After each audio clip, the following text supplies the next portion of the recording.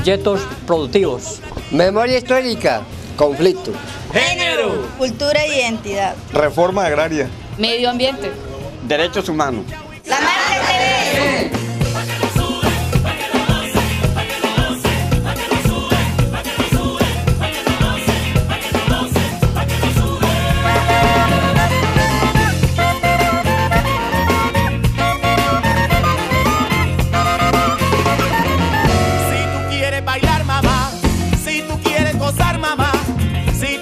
Bailar, mamá, si tú quieres gozar, mamá. Masacre del municipio de San Pablo, les damos las más sinceras bienvenidas, un caluroso saludo de bienvenida a todos estos compañeros que en el día de hoy se han solidarizado con todas las víctimas del municipio de San Pablo. Hoy, 8 de enero de 2013, conmemoramos 14 años de la desaparición de nuestros seres queridos. Hoy conmemoramos no solamente las víctimas del 8 de enero, sino todas las víctimas que han generado el conflicto armado en nuestro municipio. De verdad, una gran felicitación a todas estas organizaciones que han hecho posible hoy esta gran conmemoración. Mil y mil agradecimientos a todas ellas, a no perder nuestra memoria. Estamos invitando a toda la comunidad en general a que se vinculen, a que participen de esta conmemoración. No podemos olvidar. Pueblo que pierde la memoria está doblegado a repetir la historia. Por no más impunidad en nuestra querida Colombia. Porque haya justicia, haya verdad y garantías de no repetición.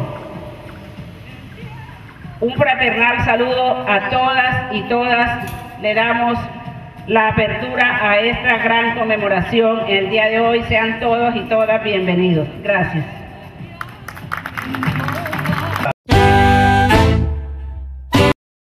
Por esta conmemoración que tenemos hoy, como bien decían, no solo de 14 víctimas, sino de todas las víctimas de la violencia. Y vamos a orar por ellos, pero también por nosotros, quienes debemos asegurarnos de no repetir esa historia.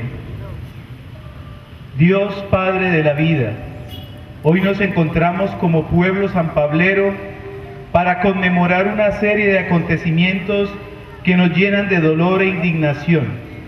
La muerte y los múltiples sufrimientos causados por la violencia y el conflicto armado en nuestro municipio, y que han dejado a tantos hombres y mujeres de todas las edades como víctimas. Algunas de ellas perdieron sus vidas, otras han tenido que seguir viviendo con sus tristezas, sufrimientos y hasta traumas. Señor, queremos encomendarte esta conmemoración de las víctimas, suplicándote que tú nos ayudes a buscar la verdad, la justicia, la esperanza y garantías de no repetición en nuestro municipio. Tu compañía divina es importante para nosotros, porque rememorar a nuestras víctimas tiene el objetivo de decirle a San Pablo y a sus habitantes que nunca más queremos la violencia, que nunca más queremos la muerte de seres humanos a manos de otros seres humanos, que no queremos la impunidad que silencia estos actos crueles e injustos. Padre, tu Hijo Jesús nos dijo que vino a traer vida en abundancia. Te pedimos que nos des esa vida y que erradiques la muerte de nuestro pueblo. Esto te lo pedimos por Jesucristo, nuestro Señor. Amén.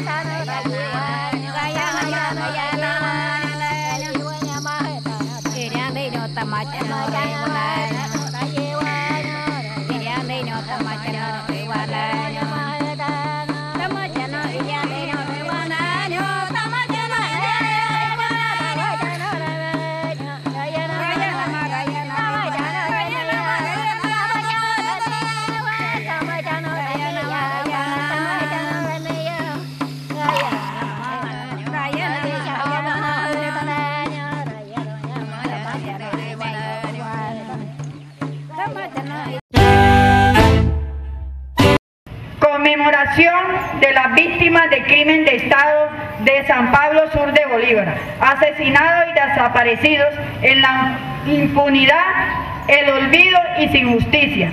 Recorrido de la muerte en San Pablo Sur de Bolívar. El 8 de enero de 1999, aproximadamente a las 11:30 de la noche, un grupo armado ilegal conformado por aproximadamente 60 hombres fuerte armados, uniformados con prendas de uso privativo de las fuerzas militares y que se identificaron como integrantes de las autodefensas, arribaron al municipio de San Pablo por vía terrestre y fluvial. Se dividieron en varios grupos y con lista en mano y disparando a mansalva empezaron a recorrer los lugares que frecuentaban las víctimas. En este recorrido asesinaron al señor Ramiro Vázquez López, civilmente casado, el señor Samuel Antonio Pardo Gloria, el señor Ramiro del Cristo Ulloa Moreno, el señor Vicente Guaitero, el señor José Daniel Ayala Avellaneda, el señor Matías Antonio Díaz Martínez, el señor Rubén Darío Enciso Ulloa, la señora Miriam Riobó Uribe, el señor Fabián Ramírez Cárcamo, el señor Olinto Fuentes, el señor Jairo Mendoza Ortiz, el señor Reinaldo Jiménez Quintero, el señor Luis Alfredo Sereno Ravelo, el señor Claudio Líbano Moreno, el señor Elbe Payares Márquez, sobreviviente, Carlos Arturo Matiz Triana, sobreviviente, Darío Fuentes Ortega, sobreviviente, Luis Arnaldo Giraldo Escudero, sobreviviente. Recorrido de la muerte. Siendo eso de las 11:35 p.m., llegaron al establecimiento llamado Villar Puerto Amor, donde dieron muerte a los ciudadanos Ramiro Vázquez López, Samuel Pardo, Ramiro del Cristo Ulloa Moreno, Vicente Guaitero y José Daniel Ayala Avellaneda.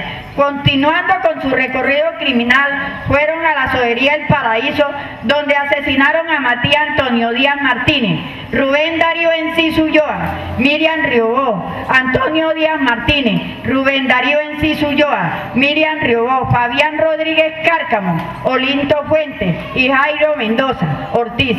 De igual manera ingresaron a la discoteca Los Espejos, ubicado a escasos metros de la estación de policía, obligando con la amenaza de lanzarse una granada. Quienes allí departían abrieron las puertas, pues ante los impactos de granada a quienes armados de fuego que escucharon habían cerrado el establecimiento con llave y guardando silencio allí ultimaron a los señores Reinaldo Jiménez Quintero, Luis Alfredo Sereno Ravelo y Claudio Líbano Moreno, a quienes hicieron acostar en el piso boca abajo.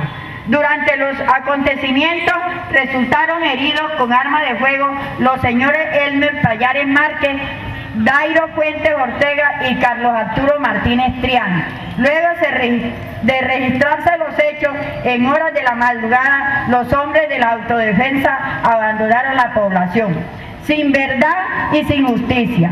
Hoy en la impunidad han transcurrido los años y solo ha quedado en la memoria de los seres queridos. Hoy, 8 de enero del 2013, queremos devolverlos a la memoria de la sociedad, en especial de los habitantes de San Pablo.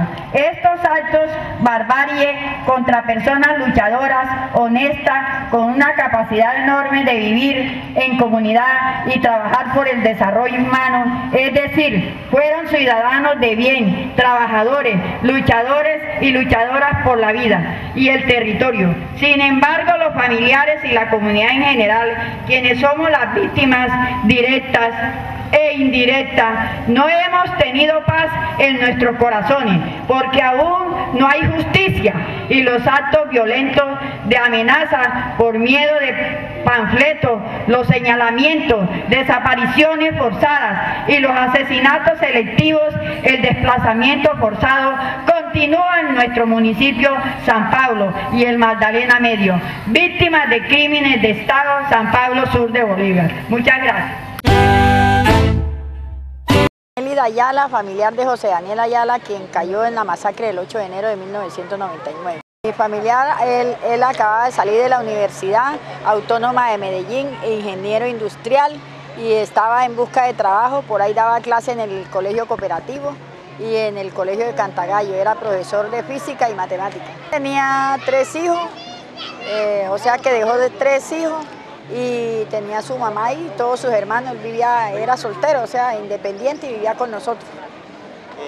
¿Vinculado a alguna organización política, social? Él era candidato a la alcaldía en el 1999, era candidato a la alcaldía y era el mejor opcionado a nivel municipal.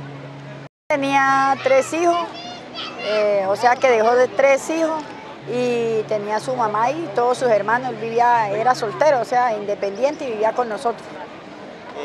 ¿Vinculado a alguna organización política, social? Él era candidato a la alcaldía en el 1999, era candidato a la alcaldía y era el mejor opcionado a nivel municipal. Cuéntenos qué sueños se truncaron de Se truncaron todos los sueños de todos nosotros los hermanos, y de mi mamá principalmente, porque ella le dio estudio con esfuerzo y apoyo de nosotros, porque teníamos los sueños de que él era el que nos iba a sacar adelante a todos los hermanos y a mi mamá. Entonces, por eso nosotros nos dolió mucho la muerte de él. Él era muy buen amigo, era muy buen hermano, muy buen hijo, y vivía pendiente de todos nosotros y de mi mamá. Entonces, a nosotros nos dio muy duro, y mi mamá desde ese entonces no volvió a ser la mujer que era, animada, preocupada. Ella se decayó totalmente, y eso también le llegó la muerte, porque ella se decepcionó totalmente, y además después de la muerte de él, todo el mundo nos desamparó y nos dejó al aire. Entonces, hoy en día pues todavía sentimos ese vacío de él en la casa. Los anhelos de algunos jóvenes que él les daba clase en la casa cuando se veían apurados en el colegio, que no sabían matemática, ellos lo visitaban mucho en la casa, y él les daba clases gratis. Entonces él ayudaba. Por eso él cuando se lanzó a la alcaldía, tenía mucho apoyo de los jóvenes, porque él los ayudaba y él era un líder en el pueblo. Entonces, los jóvenes principalmente les dolió la muerte de él. En el municipio, la mayoría de los profesores del colegio cooperativo, la mayoría de los que cayeron eran líderes de él, que lo estaban apoyando a la candidatura. Y por eso se dice que fue una persecución también política, porque después de la muerte de todos los que cayeron, dijeron que era una persecución política, porque él era el opcionado y él había dicho que iba a acabar con la corrupción en el municipio. Entonces dijeron de que lo tildaron como colaborador de la guerrilla, pero en ningún momento era colaborador de la guerrilla. Lo que pasa es que en ese entonces los grupos al margen de la ley de la guerrilla citaba a todos los líderes allá a donde ellos estaban para hacerles reuniones y hacerles llamados y eso, pero en ningún momento eran colaboradores de ningún grupo. Y todos los que cayeron unos eran empleados de la alcaldía, otros eran profesores, otros eran líderes que, por lo menos el señor Vicente había sido candidato, había sido alcalde, o sea que cayeron personalidades del municipio y todos eran jóvenes, la mayoría. Entonces nosotros pues eso nos dio mucho dolor porque fueron personas que mataron que no tenían nada que ver con los grupos al margen de la ley, ni tenían nada que ver con la guerra que hay en este país. Eso ha sido ahí, denos vuelta y denos vuelta y denos vuelta y nunca en realidad nos decían la verdad.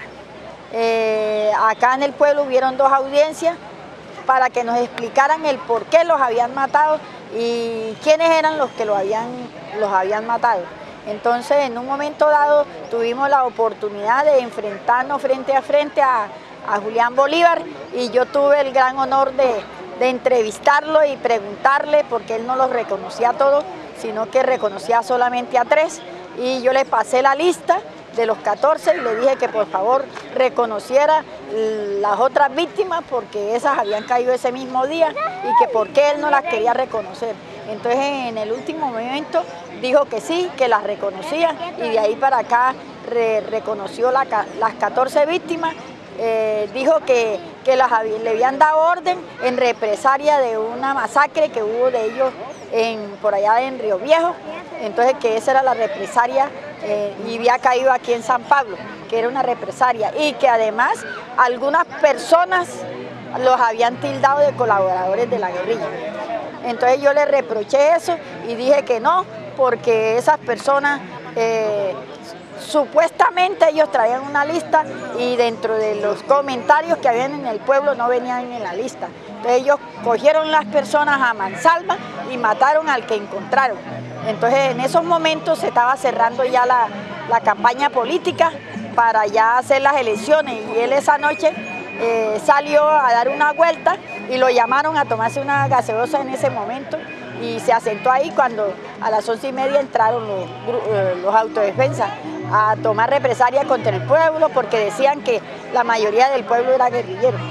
¿Qué hizo la fuerza pública en ese momento del ejército? Nosotros supimos, porque yo me encontraba en la finca, al día siguiente supimos que la fuerza pública no había hecho absolutamente nada porque nosotros ya habíamos alertado a la fuerza pública respecto a la entrada de los autodefensas porque un mes antes había salido un comunicado por la prensa donde decía que los grupos, las autodefensas iban a entrar a San Pablo y nosotros nos acercamos a la fuerza pública y le hicimos la observación, pero ellos no tomaron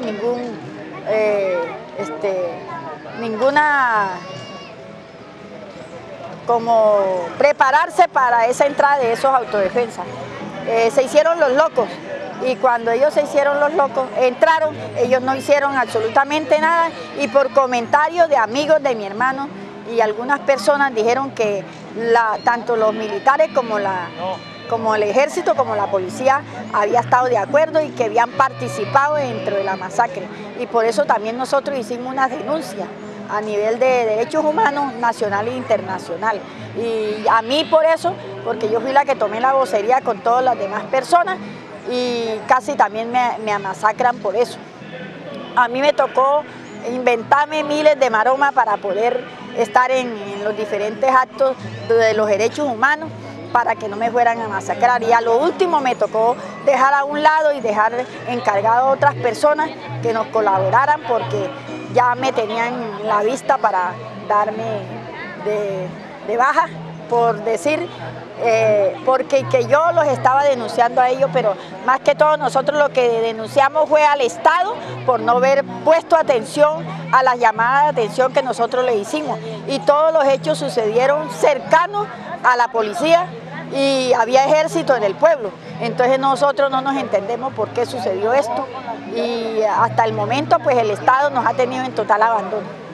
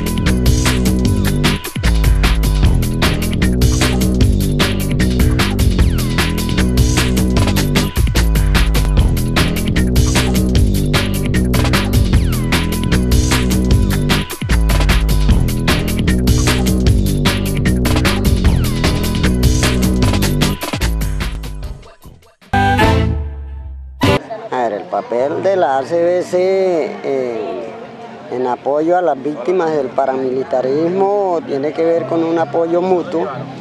Lo primero se trata de ayudar a organizar y ubicar la memoria histórica de todas las víctimas del Magdalena Medio. Segundo, un apoyo incondicional frente a la denuncia, al seguimiento. Tercero, un compromiso constante de ayudar a fortalecer la organización y luchar por la no repetición.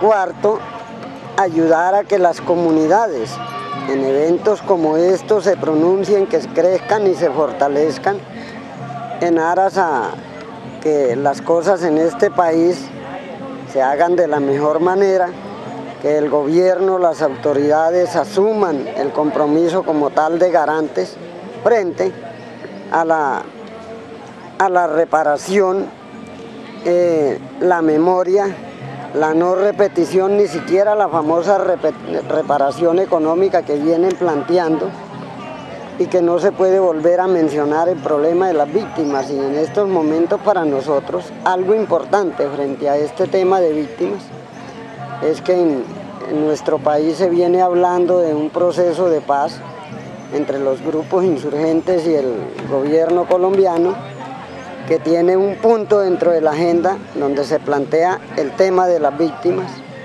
de la no repetición, de la reparación histórica, de las garantías.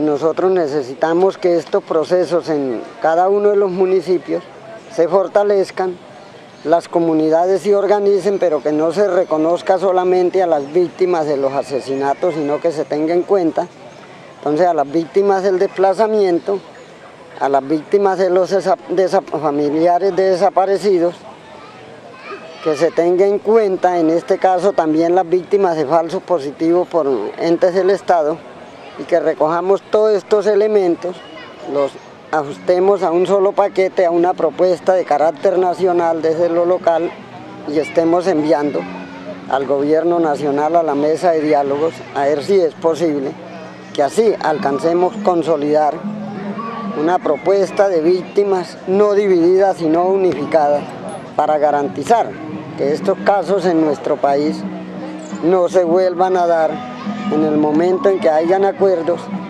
en el momento en que se avance desde los espacios políticos, porque las víctimas en Colombia más que todo han tenido dos orígenes, uno es el político y el otro es el económico. Entonces es que estos casos no se repitan y que haya libertad de expresión para el pueblo colombiano, que haya una reparación desde la familia, desde el más niño, desde lo de memoria histórica, desde que el niño necesita recuperar, pero también saber quién, cuándo, cómo y por qué hicieron eso con su padre, con su madre, y sentar un precedente histórico en este país, que es lo único que nos garantiza que estas cosas no vayan a darse. En el caso de San Pablo es preocupante, porque a partir del 23 de diciembre para acá, entonces no han habido masacres, pero hay una cantidad de muertes selectivas donde nadie se pronuncia frente a ellas, ni siquiera las autoridades. Y uno dice, aquí hay una situación política, una situación económica o un problema de microtráfico, pero algo tiene que estar sucediendo, y entonces es también que las autoridades tengan muy en cuenta esta situación que vive el municipio de San Pablo, pero que al igual el Magdalena Medio y al igual el país entero. Bueno, recordar hoy esa masacre que ocurrió en el 99.